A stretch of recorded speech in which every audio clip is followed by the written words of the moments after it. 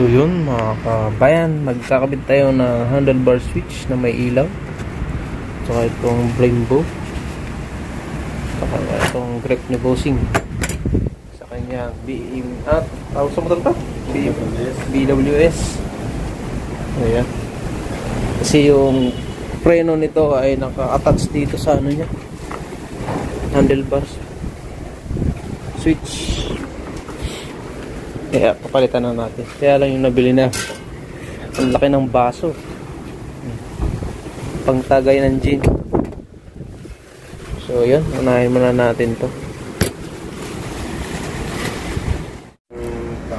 So yun mga kabayan, naikabit na natin to.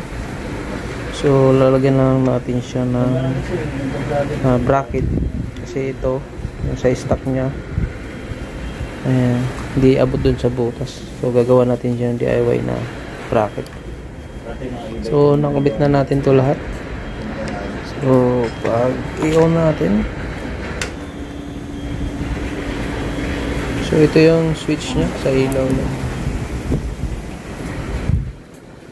Okay na to lahat. Pininturahan lang yung handlebar. Tapos ito na yung sa preno nya sa likod. Tapos yung ito naman yung sa disc sa harap. So ayan, nakabit na natin wiring. Ayan.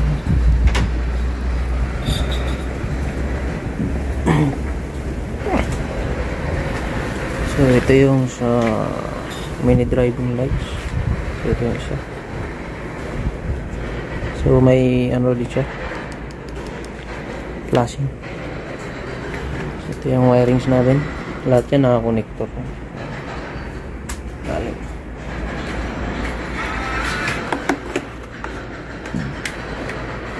So ito naman yung sa brake nya.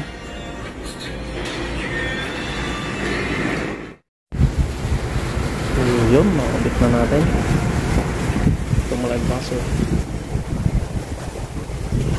Ayusin na lang natin.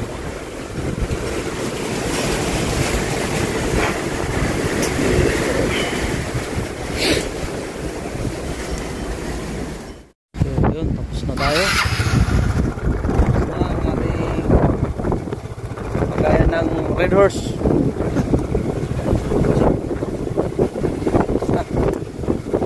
So nag-DIY lang tayo ng bracket para may hazard na yan. Ito may ilaw. Oh, try!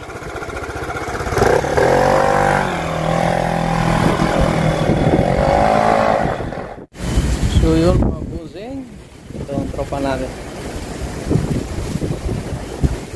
mechanic. So hiniwalay na yung kaluluwa nito.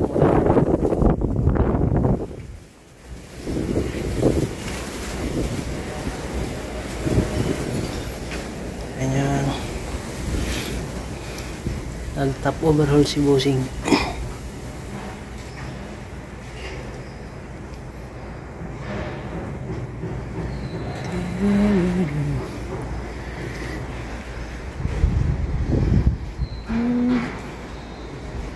So dito po tayo sa Huko po. Yangmi to dito, no?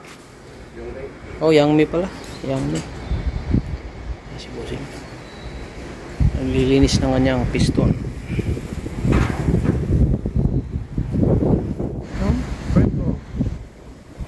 Brembo. Tapos ito yung kabila niya.